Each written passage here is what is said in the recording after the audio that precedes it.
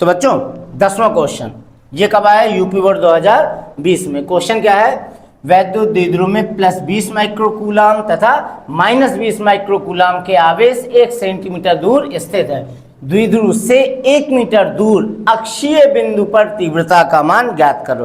तो बच्चों पहले चैप्टर में अक्षीय स्थिति में वैद्युत क्षेत्र की तीव्रता, निरक्षीय स्थिति में वैद्युत क्षेत्र की तीव्रता मेरे ख्याल से सबने पढ़ा होगा क्योंकि मोस्ट इंपॉर्टेंट डेरिवेशन है। तो अक्षीय स्थिति में वैद्युत क्षेत्र की तीव्रता का फॉर्मूला ध्यान करो बच्चों, 1/4 पाई एप्सिलॉन नॉट 2p/r³। अब हमसे कहां पे तीव्रता पूछ रहा है, अक्षीय में। अच्छा ठीक, आर क्या होता है, आर होती है वो दूरी जिस दूरी पे हमें तीव्रता निकालनी हो, ये तो कूलाम नियतांक। पी क्या होता है, वैद्युत द्विध्रुव आघूर्ण।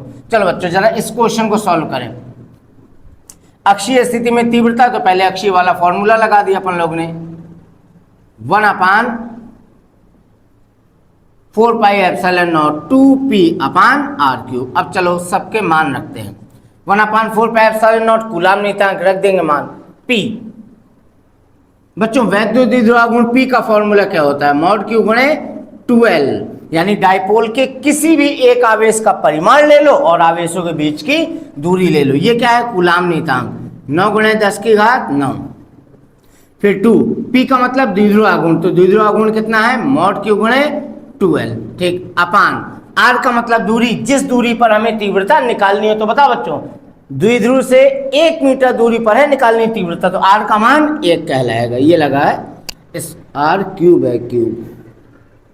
अब E बराबर ये हुआ 9 × 10⁹ गुणे 2। अब मॉड Q यानी डायपोल के किसी एक आवेश का परिमाण। तो बताओ डायपोल के पास 2 आवेश है, परिमाण लेना यानी चिन्ह से लेना देना नहीं है, तो कितना है 20 माइक्रोकूलाम, ठीक। 12 का होता है आवेशों के बीच की दूरी, तो बताओ आवेशों के बीच की दूरी 1 सेंटीमीटर, तो 1 सेंटीमीटर अपान 1 का क्यूब 1 आएगा और बटे 1 का कोई मतलब नहीं, चलो इसको छोड़ो। अब ये क्या है, 9 और 2, 9 दूनी 18 गुणे में 10⁻, 9 गुणे 20 माइक्रो है तो 10⁻, -6 चिपका दो, और ये सेंटीमीटर है तो 10⁻- 2 चिपका दो।